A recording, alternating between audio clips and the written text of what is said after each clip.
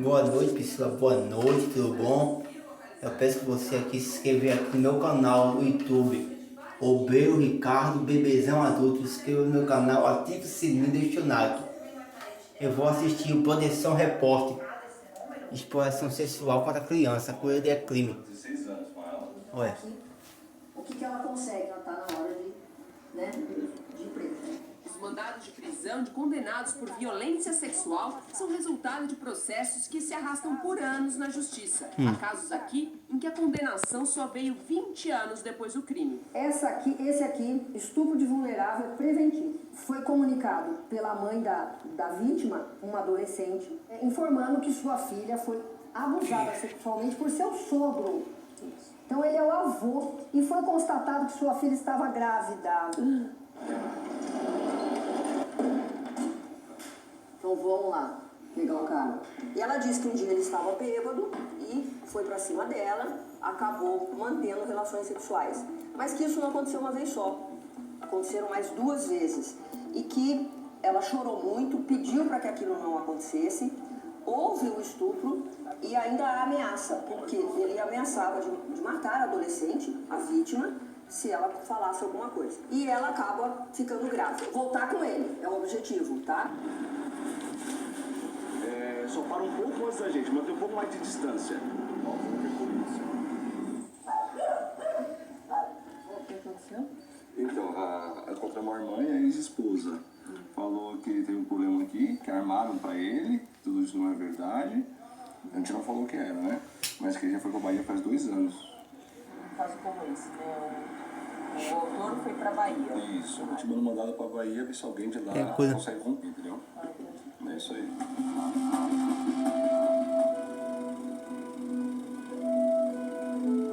Estamos no rio Tarauacá, a caminho da casa onde vive uma menina de 11 anos, vítima de violência sexual. Ela morou durante 6 meses no abrigo que conhecemos. Foi levada para lá depois que a mãe foi acusada de maus tratos e negligência. Na época que sofreu o estupro, a criança vivia com a mãe. Há 8 meses, por ordem judicial, a menina passou a morar com a família do pai. E é para lá que estamos indo agora. A gente está acompanhando agora uma equipe de assistentes sociais e psicólogos que fazem um serviço de acompanhamento psicológico com essa garota e com a família dela. O percurso até a casa dessa menina vai demorar pra gente mais ou menos 4 horas e meia dentro desse barco. A gente vai demorar um dia inteiro para ir, para voltar, para atender uma família, para acompanhar o atendimento de uma família. Existem várias dificuldades, mas a gente não deixa de assistir essas famílias, né? Porque essas famílias precisam de orientação, precisam de acompanhamento, muitas vezes precisam de encaminhamento, né? O que vocês vão ver, o que vocês vão visitar, analisar hoje? A gente vê como um todo, né? A criança e a família. Para evitar que a menina seja reconhecida, não vamos mostrar também o rosto dos avós. Como é que tá a questão da escola? Não tem mais professora. Meu Deus, pobrezinho, ficou muito carente e pobre. Mas ela não estudou nem um mês. Durante a visita, a equipe do CREAS é informada que, além de não ir à escola, a menina está com as vacinas atrasadas porque todos os documentos estão com a mãe, que perdeu a guarda dela. Já que ela está sobre a responsabilidade de vocês, né? O documento tem que estar com vocês. Como é que foi esse comecinho, logo que ela veio pra cá? Não, porque ela chegou aqui, ela era atrasada, desconfiadinha, ela não conversava, ela não falava nada, passava o dia todo dia deitada dentro de uma rede. E falava, não respondia, mas ela pega esse pé, meu filho, pode ver aqui desse jeito, você fala com a gente, igual você, tá plantando a boca, entendeu?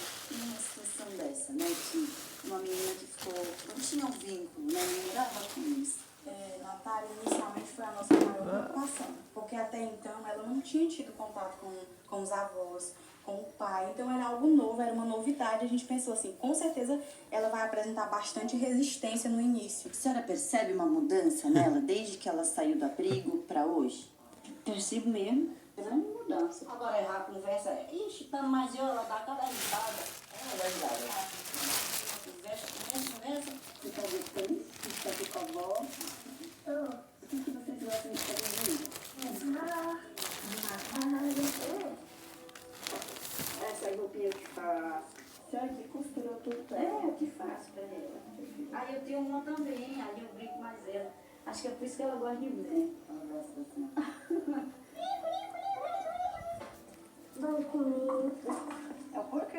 Que porquinho. A equipe do CREAS vai fazer encaminhamentos para a Secretaria de Educação pela falta de escola e da Saúde pelo atraso nas vacinas. Também vai questionar a mãe sobre os documentos da menina. Ela tá melhor fora do abrigo ou dentro do abrigo? Com a família, ela tá tendo aquela relação, ela tá tendo um vínculo familiar, ela tá se sentindo protegida, se sentindo amada. Então a gente observa na evolução dela que ela tá melhor inserida no âmbito familiar.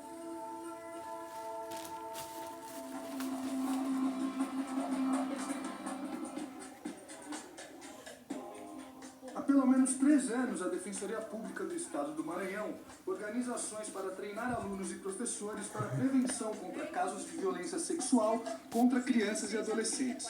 Um trabalho que, durante o auge da pandemia, teve que ser modificado para não ser interrompido. Nós partimos com uma campanha em meio virtual, né? Tivemos uma parceria com a Universidade Estadual do Maranhão, formulamos um curso de ensino à distância multidisciplinar para identificação de sinais, né?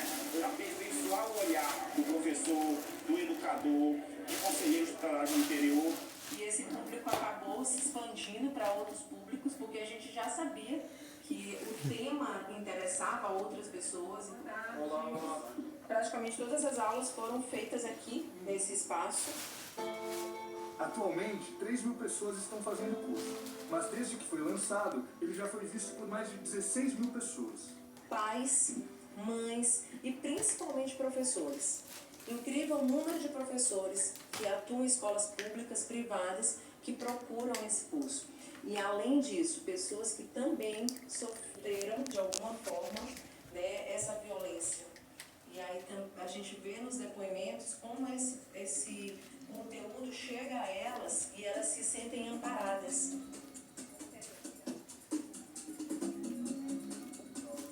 E aí, vocês estavam falando, professor, uma coisa que chamou a atenção, que é a parte que a pessoa poderia dar uma avaliação do curso. E ali a gente acabou encontrando alguns depoimentos bastante fortes, né? Olhando os depoimentos aqui, a gente identificou um que diz o seguinte: tem um caso em minha casa, mas vim descobrir através desse curso. A gente não sabe a profissão, nem quem é essa pessoa, mas ela fez o curso e descobriu um caso de violência sexual contra criança e adolescente dentro de casa. Tem mais um aqui, né? Como a gente pode ver, essa professora, que a gente sabe porque ao final ela colocou professora, né? Fui vítima de abuso e sei a importância desse conteúdo como professora. Então, quer dizer, já é uma profissional que vai ampliar essa rede de proteção enquanto professora e que viveu na prática, né, essa violência. Nós acompanhamos por uma semana a rotina da delegada Ivalda Aleixo, que comanda a divisão de capturas da Polícia Civil de São Paulo. Os mandados de prisão por crimes de violência sexual contra crianças e adolescentes têm prioridade. Amanhã vai uma equipe com você. Em uma semana, foram 5 buscas. Aqui. Isso, nesse prédio aqui na frente. Os policiais identificaram a casa do autor do crime. Chegando lá, a gente descobriu que esse endereço, ele é da irmã do alvo. Não tem como ver ele, não tem nada. Então a gente vai aguardar um pouquinho aqui, ver se eles passam por aqui, se eles chegam. Enquanto isso, a Geraldine está fazendo outras pesquisas na base e a gente consegue encontrar ele em algum outro lugar antes daqui.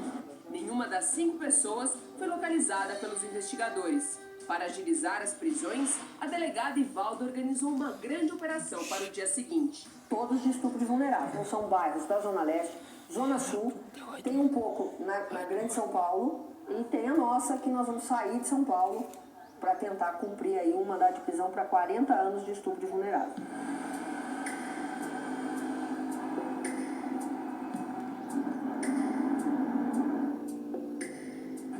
Bom dia, delegada.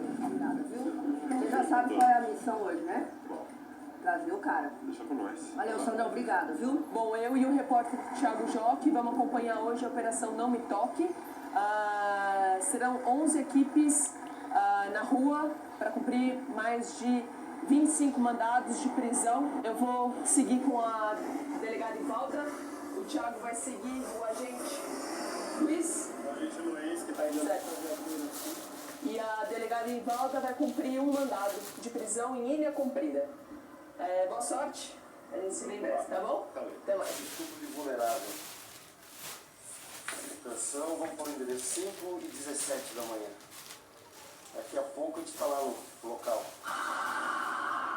Então vamos lá. Eu e o repórter Thiago partimos seguindo os carros da polícia. Beleza, tudo bem?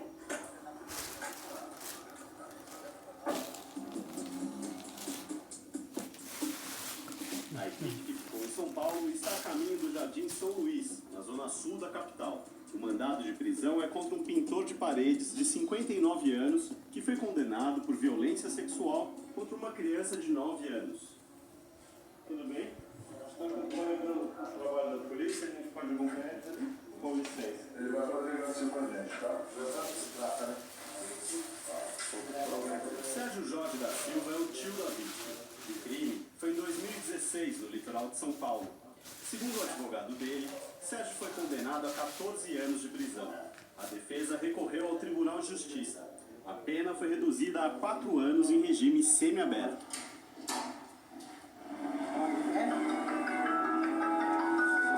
O agente Luiz atende a ligação. É a equipe de apoio da operação. A primeira parte da missão está cumprida.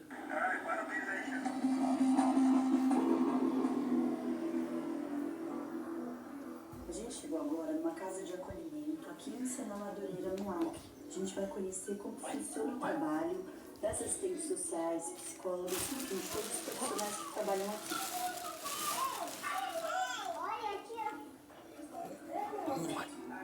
Aqui não é trabalho, aqui é missão. Chaena encarou esta missão há 6 anos, quando veio coordenar essa casa de acolhimento. No dia da nossa visita, havia 7 crianças abrigadas. São vítimas de abandono, maus tratos, negligência e também violência sexual. Então nós precisamos criar uma estratégia para amenizar essa retirada da família, porque por mais que a criança ou adolescente esteja sofrendo, ainda quer a família. Mamãe, Perigoso. eu tô com saudade de casa. Vai me buscar. E você vai lá procurar o histórico e estudar o histórico da família. O pai e a mãe muitas vezes foi também violentado e achou normal ser violentado. O pai e a mãe foi espancado e achou normal ser espancado, era educação.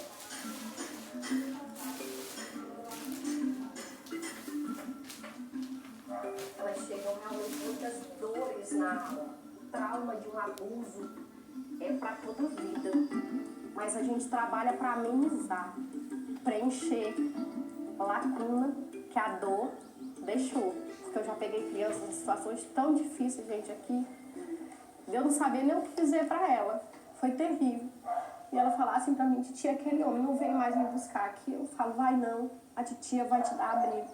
Então, para mim, abrigo é isso, sabe? É botar debaixo do braço, é botar no colo. Eu amo isso aqui. Eu amo. Porque a cada criança que chegou aqui eu me identifico, sabe?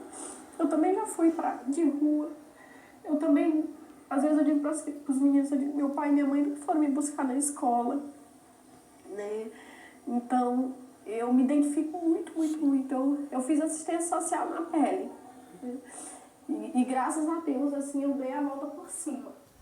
Essa vivência deu a Chaena credenciais para se comunicar melhor com quem está nessa situação. Inúmeras vezes eu contei a minha história aqui dentro, né, principalmente para os adolescentes. Falei, calma aqui, vai passar. Eu também já passei por algum tipo de situação que você está passando hoje. Então, acalma, que tudo tem um tempo. E esse tempo é essencial para ti nesse lugar.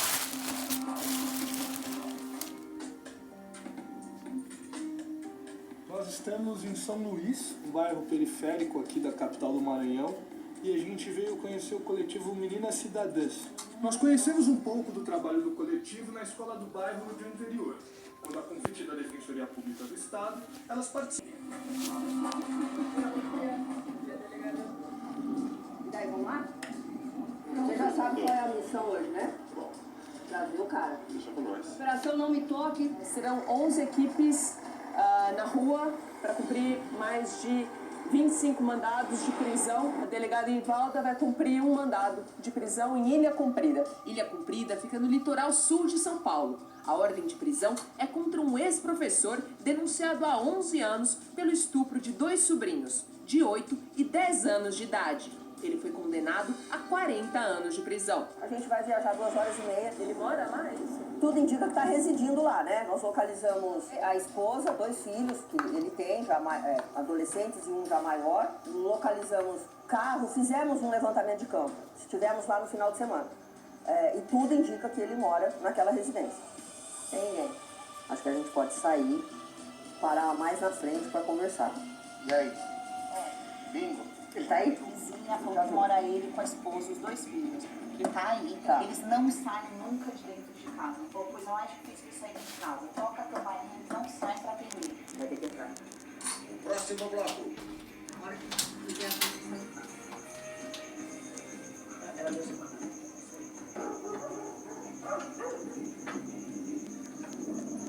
Tá cercada a casa, hein?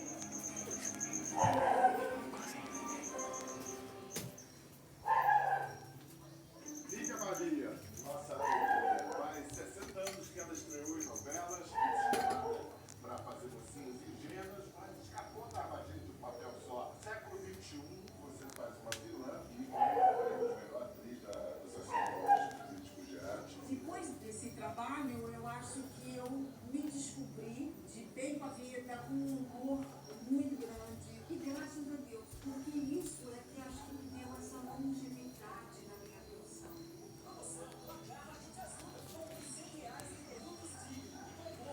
Sediada em Campina Grande, Paraíba, comunica às eleitoras e aos eleitores interessados que transferiu as sessões números 125, 126 e 127, que funcionavam no Grupo Escolar Tiradentes, para o prédio da Escola Municipal Almeida Barreto, anexo da Escola Municipal Amaro da Costa Barros, situada na rua Manuel Porto, sem número, bairro de Santa Rosa, nesta cidade de Campina Grande, Paraíba. Transferiu as sessões números 128, 129, 130 e 162, que funcionavam no prédio do Grupo Escolar Tiradentes, para o prédio da Sociedade de Amigos de Bairros de Santa Rosa, o SAB, situada na Rua do Sol, sem número, bairro de Santa Rosa, Campina Grande, Paraíba. Transferiu as sessões números 65, 66, 67, 68, 69, 70, 176, 192, 269 e 372, que funcionavam no prédio da Escola Estadual de 1º e 2º graus Severino Cabral, para o prédio da Escola Cidadã Integral Professor Itan Pereira, situada na Rua Luiz Mota, sem número, bairro de Bodocongó, Campina Grande, Paraíba. Justiça Eleitoral. Olá, no Jornal da Globo vamos com decisões sobre juros aqui nos Estados Unidos. Assunto para o Carlos Alberto Sadenberg. As investigações do desabamento de uma empresa da Grande São Paulo em que 9 pessoas morreram. Ah, bichinho abusado. Vou pegar ele. Quer ver? Ah, bom, tá bicho. Oxi. O JG, depois do Profissão Repórter, eu te espero.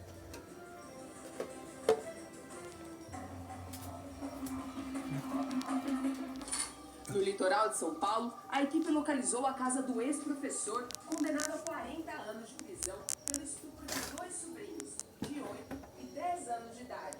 O crime foi há 11 anos. E aí é o seguinte, vai bater, eles vão abrir, a gente abre o portão, entra, bate na porta. Assim, nós somos com mandato de prisão. Nós não estamos com mandato de busca e apreensão, né? Então, nós vamos agora bater na casa, né? Devemos procurar para que a gente possa fazer a detenção. É uma questão do ponto jurídico agora e técnico.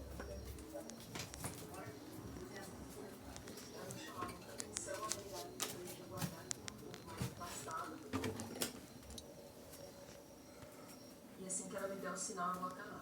Eles estão se aproximando da casa. A gente, Geraldinho, já tá lá dentro. Agora tá indo Baca e Lima, outros 2 agentes. O delegado ainda tá dentro do carro. Saindo agora do carro.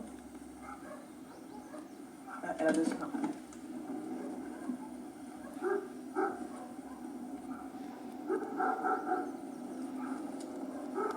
Para.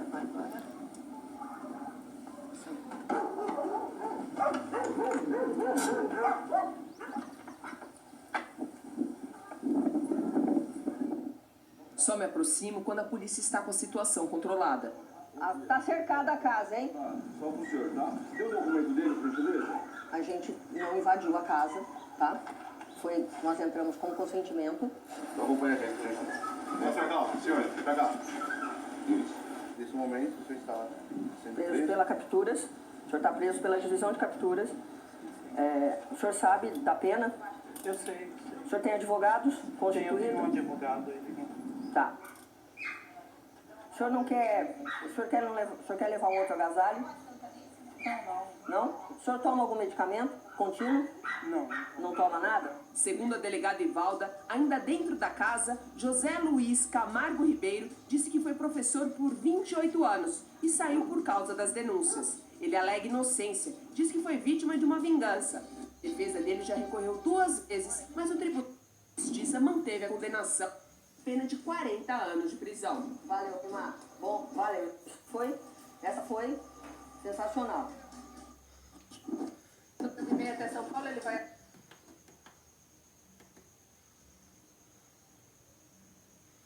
com pedido de corpos e correr ao Superior Tribunal de Justiça, alegando falhas no processo.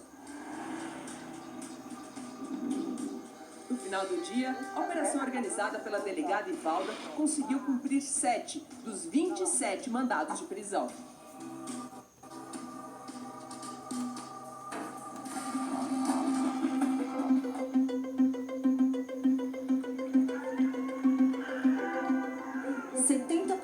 Das crianças abrigadas na Casa de Acolhimento de Sena Madureira são da zona rural. Hoje, a equipe faz uma visita a uma menina que morou 3 meses no abrigo. O ordem judicial é acompanhado 6 meses depois da saída da Casa de Acolhimento. Mas aí a gente leva pra vida toda. A menina tem 13 anos. Começou a ser estuprada aos 11. Aos 12, ela engravidou. A mãe custou acreditar que o agressor era alguém tão próximo da família. Eu tô muita confiança nele, porque a pastora, a igreja, perguntava o que era. Para proteger a identidade da menina, também não vamos mostrar o rosto da mãe. Ela começou a ser agressiva dentro de casa, ela chorava no lugar, vivia triste, também tentava entender o que estava acontecendo, ela não falava. Por que você não falava pra ninguém? Porque eu achava que ninguém não ia currar, ninguém não ia me apoiar. Aí eu tinha medo também. Você sabia o que era um abuso? Você conseguia identificar? Você aprendeu isso na escola? Eu não sabia, não. Você acha que isso poderia ter te ajudado? Como o agressor era também vizinho da menina, ela foi enviada ao abrigo durante a gravidez e só pôde voltar para a casa da mãe depois que ele foi preso. Como é que elas te ajudaram a você melhorar o que você estava sentindo dentro de você? Conversando comigo. O que elas falavam para você que te ajudou, assim? Que tudo ia passar, que isso era só uma fase na vida. Foram 3 meses na casa de acolhimento, longe da família. Pra mim, a minha vida tinha parado também. Eu sentia muita falta. E aí ela voltou. Voltou e trouxe outro pedacinho mais especial ainda. O que você mais gosta de fazer com ele? Você brinca com ele. Qual que foi a tarefa que você achou mais difícil fazer de cuidar de bebê, assim? Cuidar banho. Dar banho? Ela tinha muito medo. Mãe, tá, tu é, mãe? Eu não queria isso pra ela. Eu queria que ela estivesse estudando. Eu queria que ela pudesse sair, se divertir, ter a vida dela, não passar o que eu passei quando eu era da idade dela, entendeu? A menina nasceu quando a mãe tinha 13 anos. A gravidez interrompeu os estudos e a chance de ter uma vida melhor. Mas a filha está determinada a seguir um caminho diferente da mãe e não pensa em abandonar a escola. Qual que é o maior sonho que você tem? Veterinário. Ser veterinário.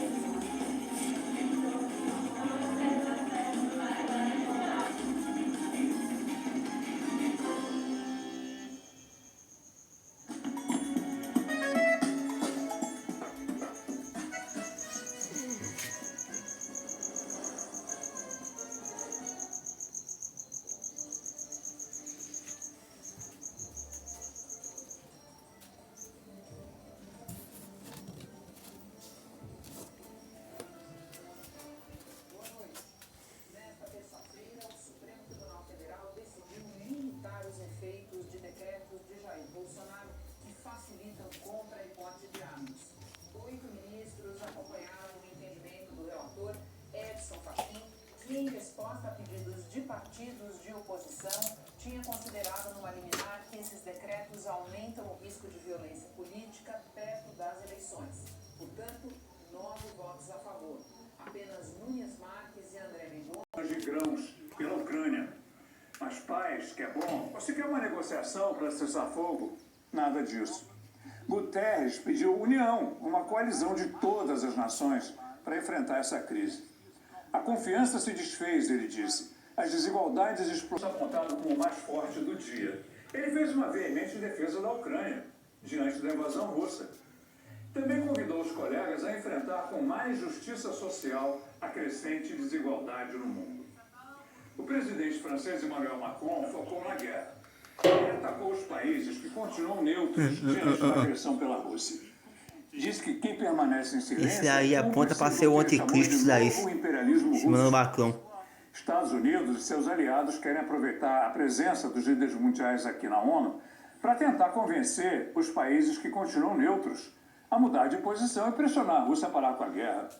E um desses países neutros é a Turquia. É aí onde o anticristo vai se assentar. Disse no discurso dele que a Rússia deveria devolver à Ucrânia todo o território que ocupou, inclusive a Crimeia. Erdogan segue defendendo uma solução diplomática. Ele disse que ouviu de Putin que a Rússia daria um passo importante. É aí, pessoal, onde o anticristo vai se assentar. A declaração mundo, o anticristo. Ninguém sabe. Na sessão de amanhã, o governo mundial. Vai falar. O presidente Zelensky foi o único autorizado. Segunda usou a viagem oficial para fazer campanha. No discurso, atacou governos anteriores e enalteceu dados da economia brasileira. Olha aí, Bolsonaro aí na ONU. Que não servia há 7 anos. Reduzimos a inflação com olha a resenha também. no corrente ano. É o anticristo, né? Que tivemos deflação aí na ONU. No Brasil, nos meses de julho. É, a besta. Bolsonaro se reuniu com os presidentes do Equador e da Polônia. Meu e amigo. almoçou numa churrascaria. À tarde, participou de reunião online com empresários do setor de supermercados no Brasil. E antes de seguir para o aeroporto, acenou a apoiadores. Toma madeira, rapaz. Ciro Gomes, do frescura. PDT, cumpriu agenda em Campinas, interior de São Paulo, onde participou de convenção da Associação Brasileira de Supermercados. O candidato defendeu novos acordos comerciais com países do Mercosul e dos BRICS, grupo que, além do Brasil, a reforma Bolsonaro na ONU. Passou o dia em São Paulo. Pela manhã, se reuniu com representantes do setor de turismo e recebeu propostas para as áreas de hotelaria, aviação e eventos. O candidato afirmou que, para atrair mais visitantes, é preciso combater o desmatamento e, assim, mudar a imagem aí sim, aí do valor, bichinho. Lula prometeu também reduzir o preço do combustível de aviação para que as passagens fiquem mais baratas e a população volte a viajar. Falou ainda em criar mais empregos e em reajustar o mínimo com o objetivo de ampliar o poder de compra das famílias. Nós temos um problema de governo que é criar oportunidade de emprego. Esse é o desafio do governo, é criar. Nós vamos ter que ter em conta que através do turismo é uma fonte, sabe, muito grande e muito rápida para a gente criar emprego. Não é só a construção civil. E agora o dia de campanha de candidatos que não pontuam nas pesquisas. Felipe Dávila, do Novo, foi a Rio Verde em Goiás tomar essa providência. Boa noite, Danilo. Renata, boa noite a todos. O serviço está disponível para quem perdeu ou teve o título de eleitor extraviado. O prazo se encerra na próxima quinta-feira, 10 dias antes do primeiro turno da eleição. Uma das opções é ir ao cartório onde o eleitor está cadastrado com um documento de identificação original, RG ou carteira de motorista, por exemplo. O título é emitido na hora se a pessoa não tiver pendências com a Justiça Eleitoral, como multas por ausências em eleições passadas, não ter atendido a convocação para trabalhar como mesário ou ainda por violação do Código Eleitoral. Quem estiver em dia com a Justiça Eleitoral tem uma opção mais fácil pela internet para tirar a segunda via. O eleitor só precisa acessar a página do Tribunal Superior Eleitoral. Clicar na aba Autoatendimento do Eleitor, no canto superior direito da tela. Depois, clicar em Imprimir Título Eleitoral. e preencher os dados solicitados. Lembrando que para votar é bom levar o título, mas essa não é a única opção. É possível usar outros documentos oficiais com foto e tem ainda o e-título, que é a versão digital do título de eleitor. Hoje, em São Paulo, funcionários do Tribunal Regional Eleitoral fizeram uma simulação do dia da eleição. Primeiro, o eleitor se identifica na porta da sessão, registra a presença e aí tem que deixar o celular do lado de fora da cabine, nesta mesinha ao lado da urna. Por fim, segue para a urna eletrônica. O primeiro voto foi para deputado federal, o segundo para deputado estadual, depois senador, governador e finalmente para presidente da República. O tempo médio na simulação foi de 1 minuto. Pelo Brasil, os tribunais já começaram a inserir os dados nas urnas eletrônicas. No TRE em Minas, o programa com os dados de candidatos, eleitores e também da mídia de gravação de resultados começou a ser carregado nas urnas. Essa mídia maior é a que a gente urna usa, com força, meu amigo. Tá chegando a hora. E essa aqui tem os dados como do candidatos, que a gente insere. Testes são feitos para garantir o bom funcionamento dos equipamentos, inclusive se estão adequados para incluir todos os eleitores. Testei o áudio da urna e estava funcionando perfeitamente. Aí você dá confirma para continuar e agora vai testar no alto-falante do fone de ouvido. Isso é importante porque tem pessoas que têm deficiência visual. Aí coloca o fone de ouvido para estar ouvindo. O carregamento é acompanhado de perto pelo Ministério Público, partidos políticos, a OAB e representantes da população. Lacres assinados por autoridades são espalhados pela urna e ela só pode ser usada no dia da eleição se eles estiverem intactos. Aqui atrás nós temos as mídias que vêm com os candidatos, que são inseridos aqui e também estão lacrados. E no terminal de mesário, que eu vou colocar agora, a gente lacra as laterais, que ficam aqui. O procedimento é repetido em todos os estados e no Distrito Federal. O TRE de Mato Grosso também começou o carregamento hoje. Carregando as urnas. No Ceará. A em eleição. Pernambuco e São Paulo, a instalação do programa começa amanhã. Esse é um procedimento padrão que é definido pelo TSE. Sem isso, não tem eleição. Sem isso, a urna não está apta a ser colocada para o processo eleitoral no dia 2 de outubro. Por 9 votos a 2, o Supremo Tribunal Federal decidiu suspender parte de decretos do presidente Jair Bolsonaro que facilitam a posse e a compra de armas de fogo e de munições. A votação foi no plenário. Bolsonaro é o anticristo, é a besta-fé do apocalipse. De partidos de oposição. É o falso profeta. Os ministros que votaram contra, ou seja, para manter os decretos de Bolsonaro e que perderam essa votação, foram Nunes Marques e André Mendonça. O desabamento em Itapecerica da Serra, na Grande São Paulo, agora. A polícia investiga se houve sobrecarga na estrutura do prédio que desmoronou hoje. O local não tinha autorização para fazer eventos temporários, como estava acontecendo, nem licença do Corpo de Bombeiros. 9 pessoas morreram. O que sobrou do auditório dá uma ideia do impacto do desmoronamento na plateia.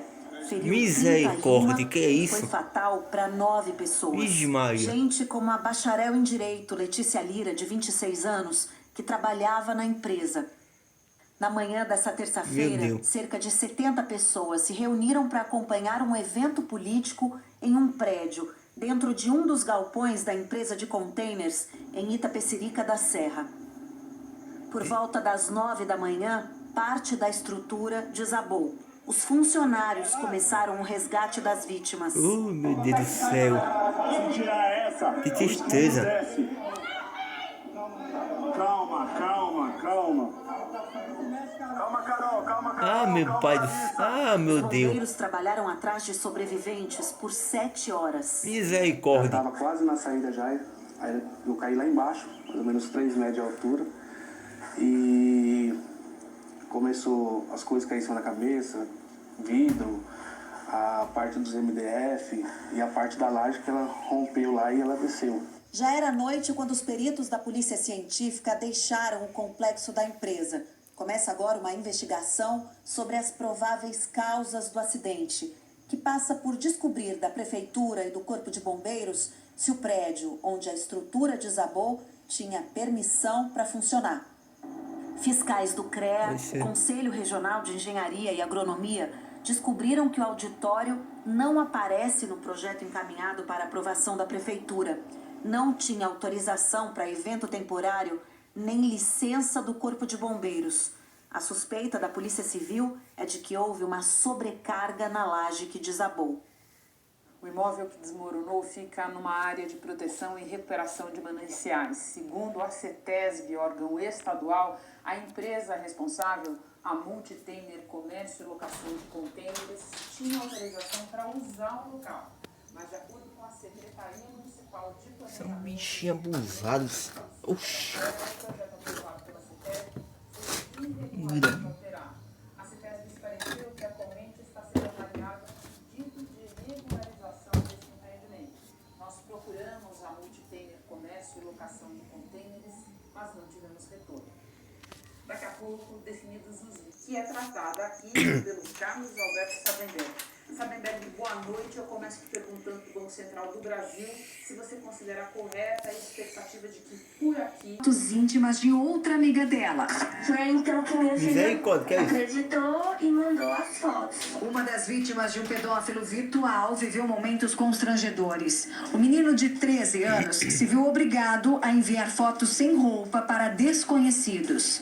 Mas, após os pais descobrirem, aprendeu a lição. Que eu não posso dar o meu número. Se for aprovada, a medida provisória pode ter um impacto de até 10 bilhões de reais anuais, custo que será dividido por consumidores de todo o país, com aumento na conta de luz.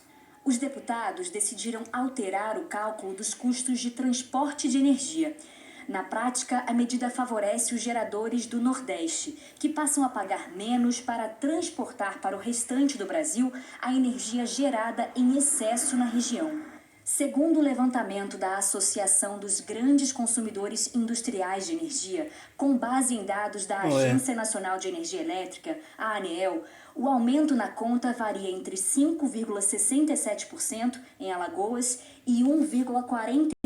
Não é adequado levar decisões de natureza... Com vítimas de até 19 anos, uma média de quase 45 mil casos por ano. Dos envolvidos, crianças de até 10 anos representam 62 mil das vítimas. Outros dados sobre a violência letal e sexual contra as crianças vamos mostrar durante o Fala Que Eu Te Escuto. Além disso, o especialista vai explicar como funciona a mente de um abusador e como são as punições para este crime revoltante. É já já. Os Estados Unidos, de países com mais páginas na internet qualificadas como ilegais, com conteúdo de pornografia infantil, segundo estatísticas globais do INHOPE, ou seja, nosso, lidam com problemas de pedofilia. Na sua opinião, quais seriam os motivos para ocorrer um crime tão cruel? Participe agora mesmo. Fala que eu te escuto.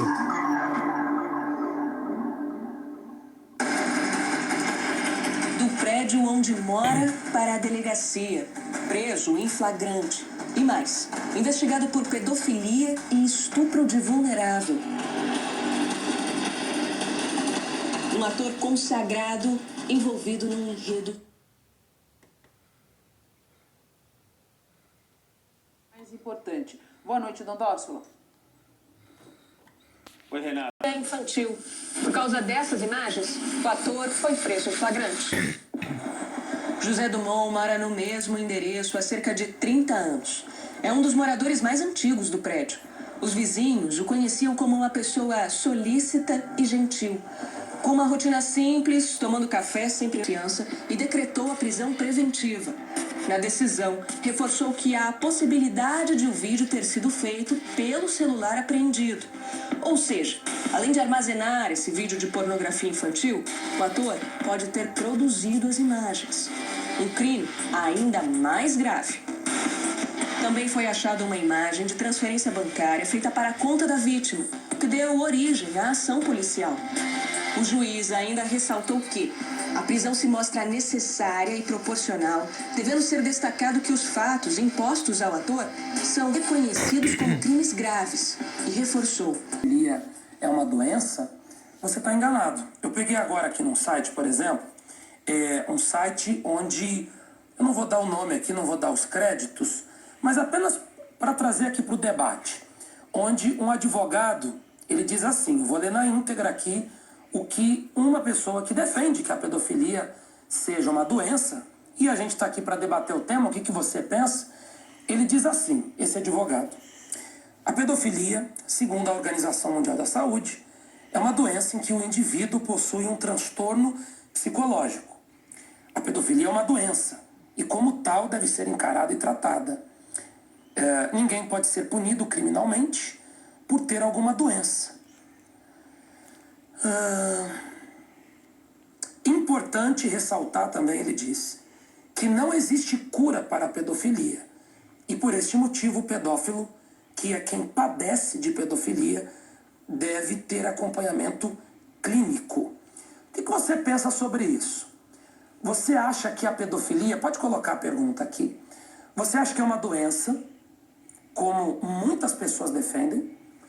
Você acredita que seja um desvio de caráter ou é um crime injustificável? Você que é pai, você que é mãe, você que é avó, você que está assistindo o Fala Que Eu Discuto, e no outro quarto aí o seu netinho está dormindo, seu filho está dormindo, o que você pensa do assunto?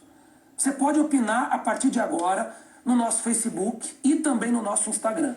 É só você digitar Fala Que Eu Discuto, vai aparecer lá a nossa página e nós vamos ler alguns comentários e vamos atender ao vivo aqui também no programa. E aqui comigo nos estúdios, o pastor René, que vai nos ajudar na mediação do Fala Que Eu Discuto. Boa noite, René. Boa noite, Guilherme. Boa noite a todos. E quando o assunto é abuso de menores, o Brasil ocupa o segundo lugar, ficando atrás apenas da Tailândia, né, quando se trata de abuso e exploração sexual de menores.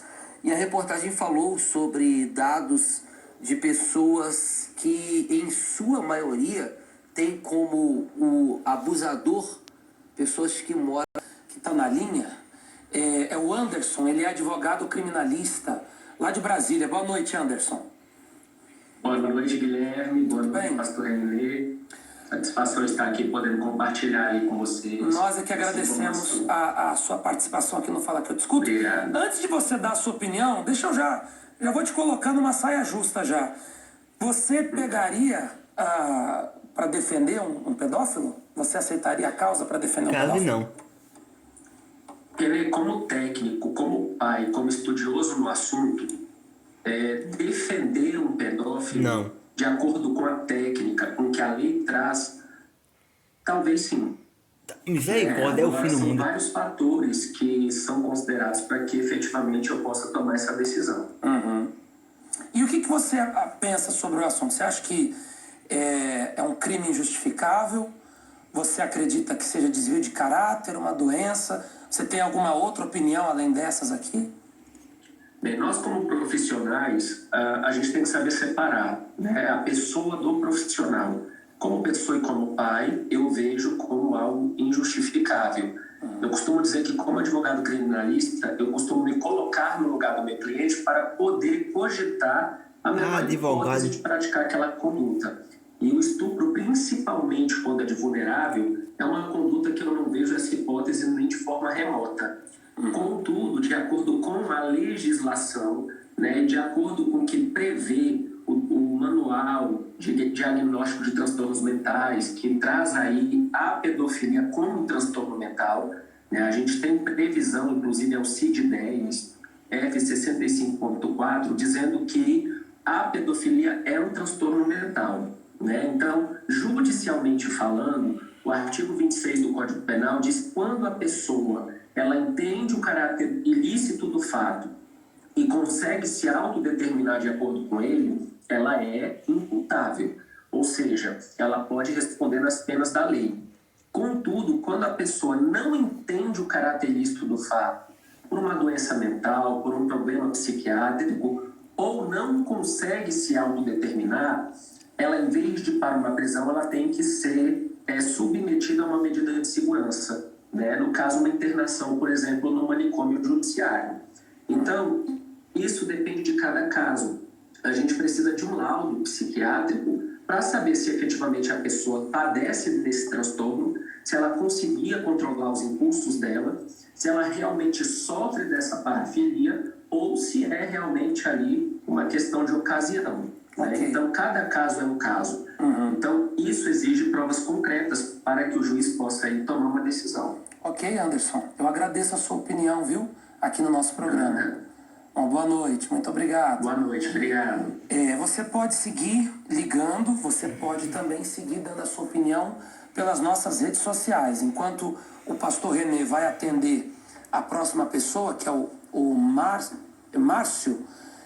lá de Ribeirão, só que é Ribeirão, Pernambuco, né? Enquanto o Renê vai atender o Márcio, eu vou selecionar aqui alguns comentários aqui no Instagram. É só você digitar Fala Que Eu Te Escuto no nosso Instagram e nós vamos ler já alguns comentários. Olá, Márcio, boa noite. Boa noite, pastor Renê. Boa noite, pastor Guilherme. Tudo bom? Boa noite. Tudo bem? Qual a sua opinião sobre o tema de hoje? Para mim é um crime injustificável. Não tem justificativa, não. Você olhar para uma criança e ter desejo sexual por ela é uma coisa horrível. É uma coisa, eu posso dizer assim, uma aberração. Ok. Está esclarecida, então, e contabilizada aqui a sua opinião. Muito obrigado. Um abraço a todos aí em Pernambuco. Por nada. Eu que agradeço a vocês. Deus abençoe a todos. Bom, nós vamos à próxima matéria. A coisa que mais me doeu foi ela dizer: mamãe, papai me amassava tanto, ele pesava tanto em cima de mim, mas ele não conseguia parar, mamãe.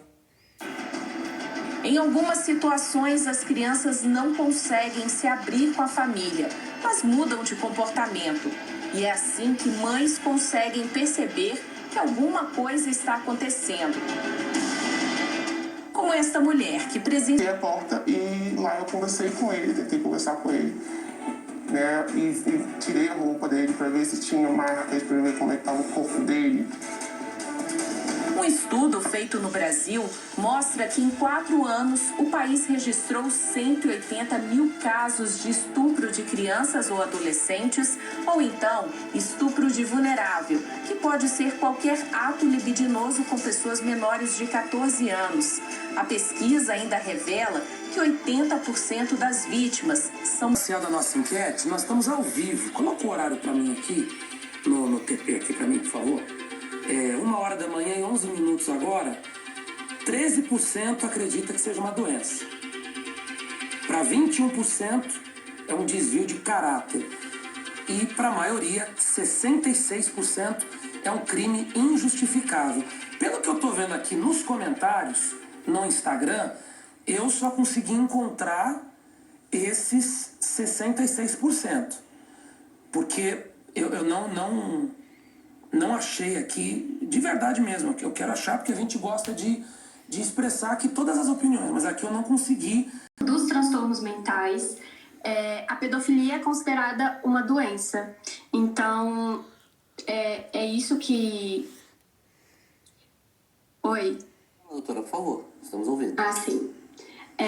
Então, de acordo, né, com esse manual, é considerado sim uma doença, mais especificamente como um transtorno mental que envolvem diversos fatores, sendo eles fatores neurológicos, hormonais e aspectos psicodinâmicos do indivíduo. Sendo assim, ele precisa e deve ter um tratamento específico para o seu transtorno mental. E, além disso, né, o transtorno que nós chamamos, né, de pedofilia, ele também pode estar associado a outras comorbidades, como o transtorno de personalidade antissocial, o transtorno obsessivo-compulsivo e também o transtorno por uso de álcool ou outras substâncias. Então, de acordo, né, com o DSM-5, que é o manual que a psicologia e a psiquiatria utiliza como base, é considerado, sim, como uma doença. Doutor, e qual é o impacto emocional para uma criança que é vítima e também para os familiares? A gente observou na matéria que, em muitos casos, o agressor é alguém próximo à criança. Isso acontece muitas vezes dentro da própria casa. Mas e quando não é o caso? A gente está recebendo alguns comentários aqui que mostram pais que estão extremamente revoltados com toda a situação, não apenas com esse caso específico, mas nós ocupamos um destaque negativo no ranking internacional de países com o maior número de casos de exploração sexual infantil, e muitos pais que são vítimas também indiretas, né? Tiveram filhos que foram vítimas de pedófilos. Qual o impacto emocional para as vítimas e para os pais das crianças? O impacto emocional para as crianças é de fato muito grande, por isso que quando se é descoberto sobre esse possível abuso, é preciso que essa criança seja encaminhada para um psicólogo, para um psiquiatra, para que inicie um tratamento também com essa criança e com os familiares, porque certamente isso irá gerar consequências para o resto da vida da criança. Obrigado, doutora, pelos... Pode seguir opinando. E o que você acha? Você concorda com isso? Você não concorda? A gente está aqui... Aqui, pessoal, Rei Jesus voltará no futuro bem próximo. Criança, adulta, Ricardo criança. Eu acho que ele teria levado ela embora.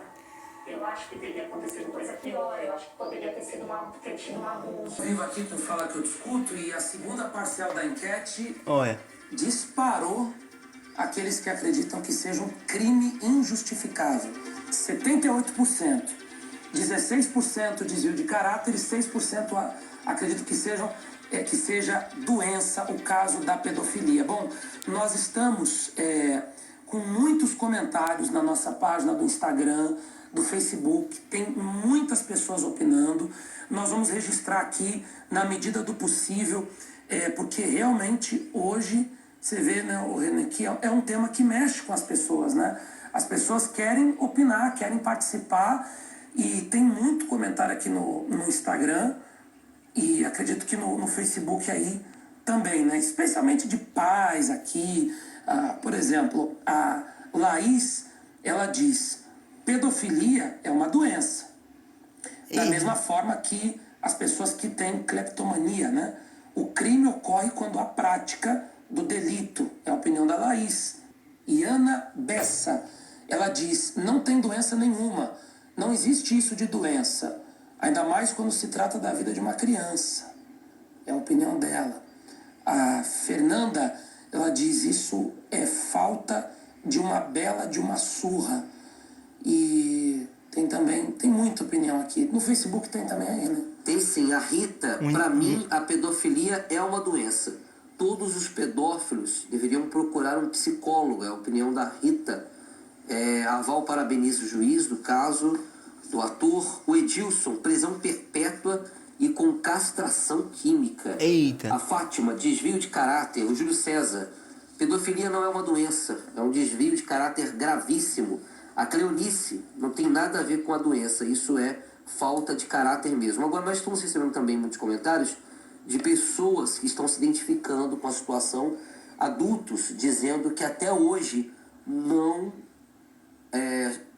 superaram. Eu vi de uma senhora de 60 anos, ela comentou. Superaram o trauma de terem sido abusadas, violentadas quando crianças. E aqui tem um outro caso também de uma senhora que nós vamos preservar o nome, que ela diz o seguinte: é horrível, eu vivo a triste realidade, meu casamento acabou, pois eu tive que denunciar ele, o pai de meus 6 filhos. Imagina. Pegou 19 anos, estava se relacionando com a minha neta de sangue na época, que tinha apenas 9 anos de idade. Muita destruição e tristeza. Que tristeza. Então, pastor, a pedofilia, ela é uma doença, ela tem um CID, ela é reconhecida. Então, essa pessoa, ela tem que ter um tratamento. Agora, quando ela chega, na minha opinião, a cometer o crime, aí o crime é abominável, o crime é inadmissível, o crime é injustificável, então ela tem que pagar. Assim como o alcoólatra. O alcoólatra, existe o CID dele, né? Ele é alcoólatra, ele sofre de alcoolismo. Mas, a partir do momento que ele comete um crime porque ele pegou um carro, atropelou alguém, matou, ou usa uma arma branca, enfim, cometeu um assassinato, cometeu um crime, ele tem que ser julgado, ele tem que ser condenado. Então, a minha opinião é essa. A gente não pode dizer que não é doença. É doença, é uma doença psiquiátrica, tem CID, tem tudo. E tem tratamento, tem acompanhamento. Mas quando ele chega a fazer o crime, ele tem que ser condenado, ele tem que ser julgado. Uma criança não pode passar por isso e ficar impune uma pessoa que fez isso com ela. Então tá bom, Irene. Obrigado pela sua opinião, viu? Boa noite. Vamos à próxima matéria.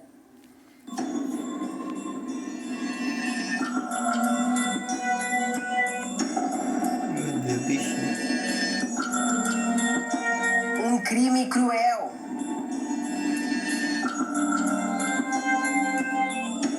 Inaceitável. Mas que acontece no mundo todo. Pedofilia. Para tentar combater esse mal global, cada país trata do problema de uma forma. Aqui no Brasil, o criminoso pode receber a pena de 8 a 15 anos por ter praticado ato carnal com menor de 14 anos, conforme a ação prevista no artigo 217-A do Código Penal. A pena pode aumentar para de 10 a 20 anos, quando, além de sofrer o estupro, a criança apresentar lesão corporal de natureza grave. Porém, as penalidades no Brasil podem ser amenizadas, caso o preso tenha bom comportamento, seja réu primário, possua residência fixa ou emprego fixo. Nos Estados Unidos, estupradores condenados podem ser castigados de maneiras mais severas. Pelo menos em 9 estados, a castração química é permitida ao cometer o crime de estupro de vulnerável contra criança de até 13 anos. Além de cumprir a pena em regime fechado, o acusado deve iniciar o tratamento de castração química com até 1 mês de antecedência da sua soltura. Você tocou nessa menina? As leis quanto à pedofilia são menos severas no Japão.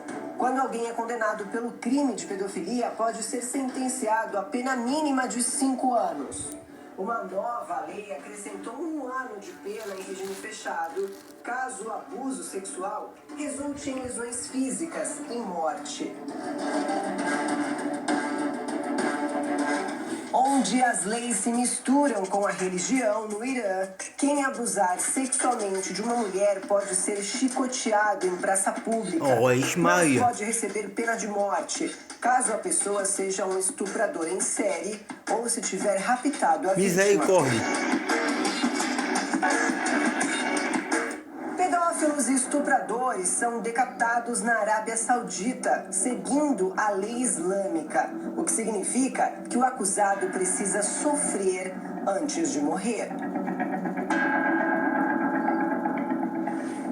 Na Alemanha, a pena varia de caso para caso, podendo ir de 10 a 20 anos. O país tem discutido maneiras para tornar as leis para pedofilia e estupro mais rígidas. Será que as sentenças atuais têm colaborado para a diminuição desse tipo de crime? Ou as leis precisam ser mais severas? Eu volto agora falando com a Jennifer, que está na linha de... Por quê? Mas eu só liguei porque a primeira reportagem foi do advogado e eu fiquei muito nervosa. Isso não aconteceu certamente com a filha dele ou com a esposa dele. Eu fui vítima de abuso, foi bem próximo, foi o meu avô. E quem ficou doente nessa situação foi eu que precisei procurar terapia, profissionais, psicologia, psicólogos. E ele, como foi uma doença, ele tá solto e tá fazendo isso com outras crianças. Na época eu tinha 11 anos, hoje eu já tenho 27. E é um crime, eu fico nervosa de querer rotular em outra coisa. É um Desculpa crime, me meter. Eu não tinha nenhuma culpa. Desculpa me meter, Jennifer. Eu também estou ouvindo aqui o que você está falando aqui com o pastor René. Então, esse sujeito, ele foi solto, ele não cumpriu pena, ele foi enquadrado como uma doença? Sim, ele não cumpriu pena, não aconteceu nada com ele, ele até começou até com uma rincha de bairro que ficaram sabendo e tal. Eu sofri bullying depois, então acarretou várias outras doenças para mim. Agora, para ele foi ameaçado, saiu, mas está continuando fazendo isso com outras meninas e destruindo a infância de outras pessoas. Até hoje ele está solto? Até hoje ele está solto. Que absurdo, né? Fica à vontade, Jennifer. E você, como é que está hoje, Jennifer? 16 anos depois. Você ainda está impactada. Eu carrego traumas. Eu fiquei extremamente nervosa com a fala do advogado. Eu sei que é o trabalho dele, mas eu ainda estou ferida. Hoje eu sou uma acompanhante, uma garota de programa. Eu não sei se tem a ver com isso, com alguém ter me violado cedo. Eu tenho raiva disso até hoje. Então aí ficou a doença pra mim. Eu me cuidar, psicólogo, terapia. E isso daí ele tá livre fazendo isso com outras crianças, certamente. Não parou. Foi eu, no caso, foi eu e uma irmã minha, mas enfim, tô falando só de mim. E me machucou, então eu peço aqui, não leve isso como uma doença. Eu fiquei doente, isso é um crime. E eu carrego isso até hoje comigo. Ok, Jennifer. Inclusive, eu quero aproveitar falando com você sobre isso, Jennifer. Convidar você, porque daqui a pouco nós vamos ter uma oração. Eu gostaria que você preparasse um copo com água para você participar conosco. Porque por mais que isso aconteceu com você, Jennifer, agora você precisa ficar bem. Você precisa, de certa forma, superar. Porque não é possível você mudar o seu passado, mas você pode mudar o seu futuro. Porque você é uma jovem, tem 26 anos, não é isso? 27. 27 anos. Então, você tem uma vida pela frente. Você não pode continuar, você não precisa continuar carregando esse peso, esse trauma, esse fardo. Até quando você vai sofrer? Já se passaram 16 anos. O que aconteceu com você foi muito grave. Mas você não pode continuar potencializando o que aconteceu com você e se corroendo. Porque me parece que você também se sente um pouco culpada, mas você era criança. Qual a culpa você tinha? Você carrega um pouco de culpa? Você tem essa sensação? Eu carrego culpa porque eu escutei que foi uma doença. Ele é doente, vão matar ele na cadeia, me colocaram muita culpa. E eu acabei carregando isso, culpa de receber Danone. Foi dentro da minha casa, dos meus pais. Culpa de receber Danone, carinho, e eu não cresci num lar estabilizado, meus pais brigavam muito, então, enfim, eu carreguei isso, você foi a culpada disso, você foi a culpada de... Ô Jennifer, eu agradeço, nós agradecemos a sua opinião. Como o pastor René falou, a gente vai fazer uma oração e a gente quer que você participe dessa oração. E eu não sei se você conhece a palavra de Deus, a Bíblia, o quanto você conhece, mas de repente você pensa até assim, como é que eu vou orar, ou como é que eu vou falar com Deus sendo quem eu sou? Eu só quero que você saiba de uma coisa.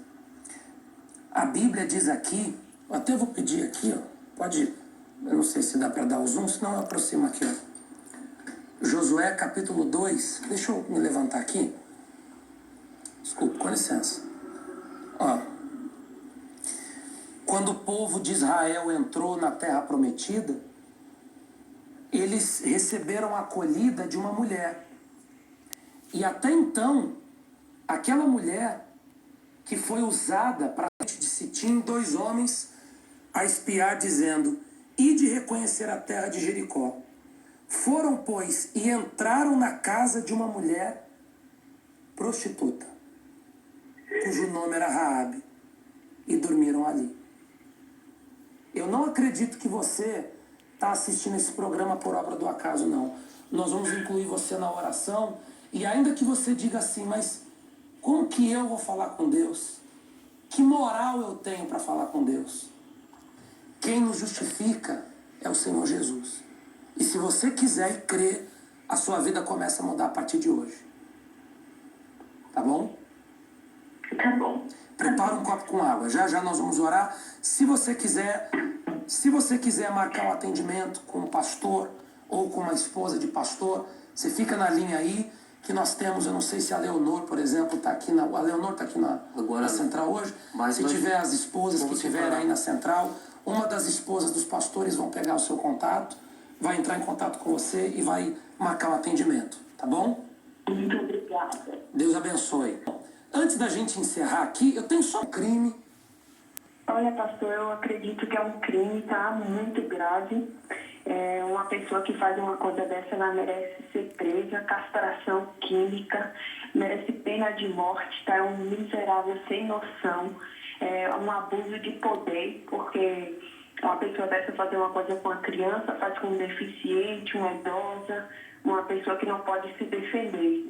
Eu sou aqui, eu moro em Feira de Santana, Bahia, tá? Falo da Mangabeira. Eu queria ver um cara desse, pegar um cara grandão e assediar. Não faz porque é um sem vergonha. Isso não é doença de forma alguma, isso é um desvio de conduta, uma pessoa sem um crime gravíssimo. Ok. É um absurdo. Ok, Manuela, obrigado pela sua opinião. Boa noite. Vamos ver como é que fechou a nossa enquete, então? Tem que ser enquete. 7% acredita que seja uma doença. 16% acredita que seja desvio de caráter. E 77% um crime injustificável. Bom, aqui no Fala Que Eu Discuto. Escrava da sexualidade.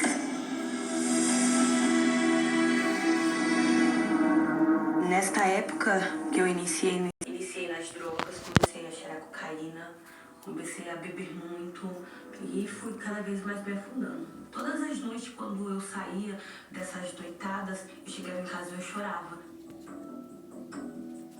O ápice dessa vida foi quando eu cheguei ao ponto de ir para uma cama com mais de 20 homens. Sob efeito das drogas, claro, né, que eu fazia isso, eu tinha que cheirar muito para conseguir encarar isso. E eu saía dali podre, suja, acabada. Porque ao mesmo tempo que eu tinha todos os homens, ao mesmo tempo eu não tinha... Oh Deus, em nome do Senhor Jesus. Ou não na hora da oração. Tá amarrado só na hora da oração. Não há méritos em nós. Até não ficar rinha.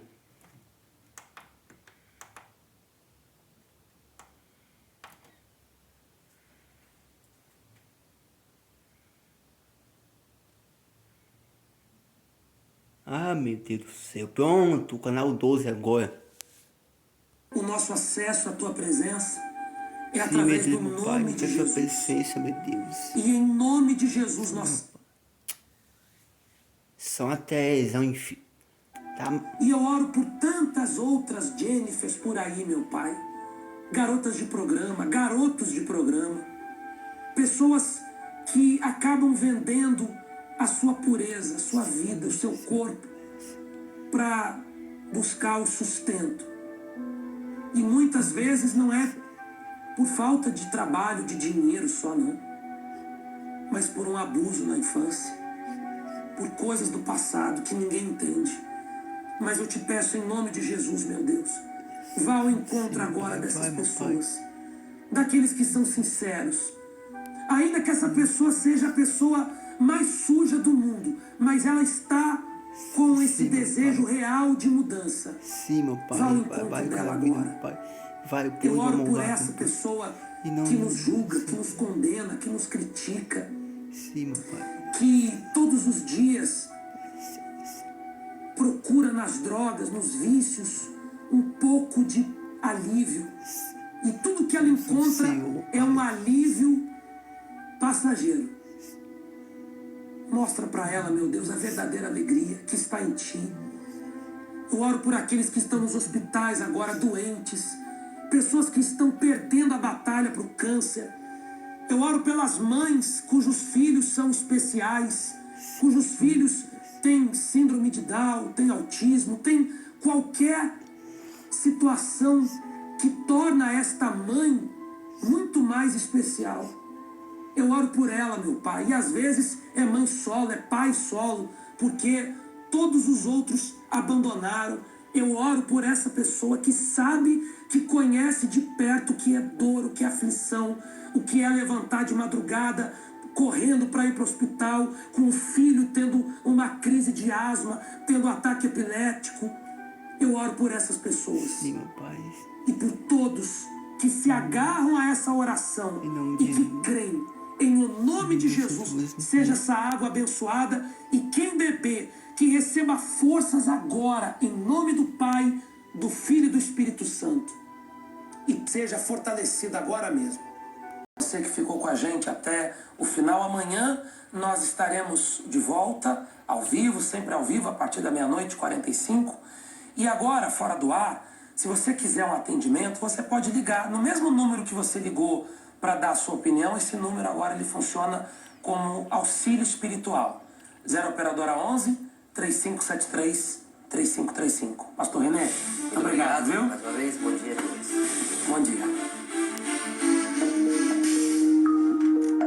Família Universal, família.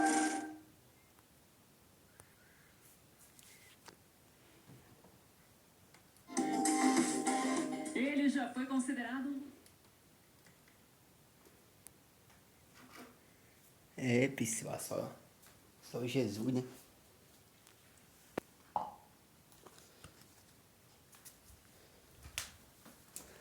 Isso aqui é água na oração, isso aqui, ó.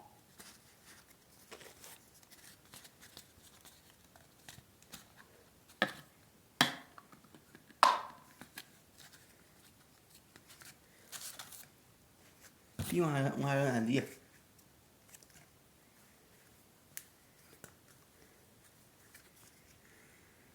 É isso, pessoal.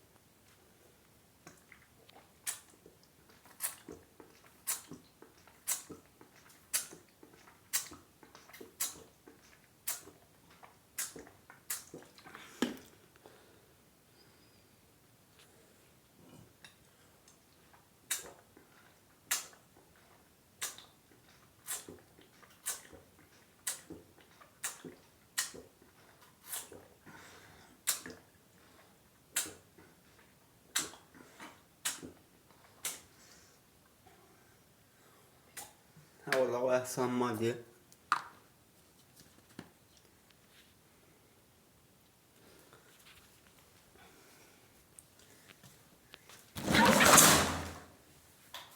Olá, YouTube, olá, YouTube. Olá, povo de Mamanguape, Paraíba.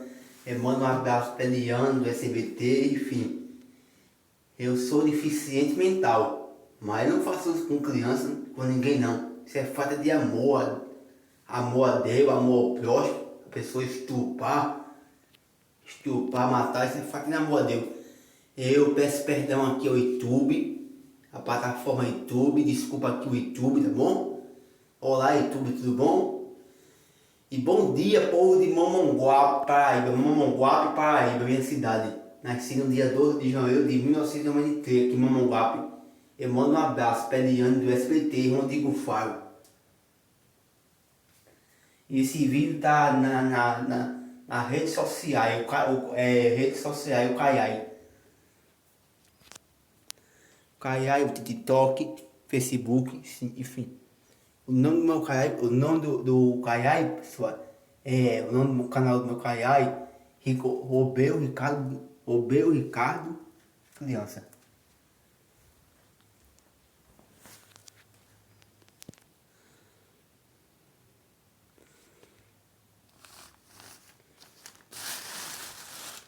Esse pessoal.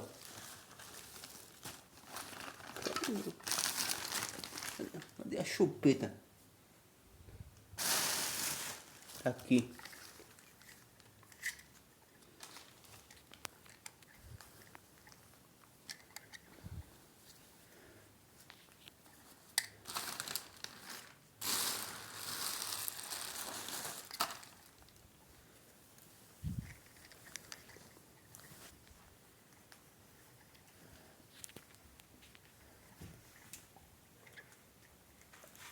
Tu tá assim, tu já foi estupado, cara? Graças a Deus nunca foi estupado não. E nem você, graças a Deus.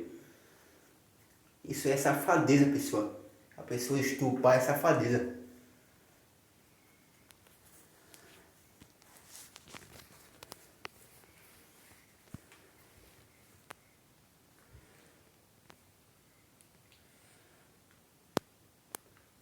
Sou difícil sentimental, meu juiz é de bebê de criança.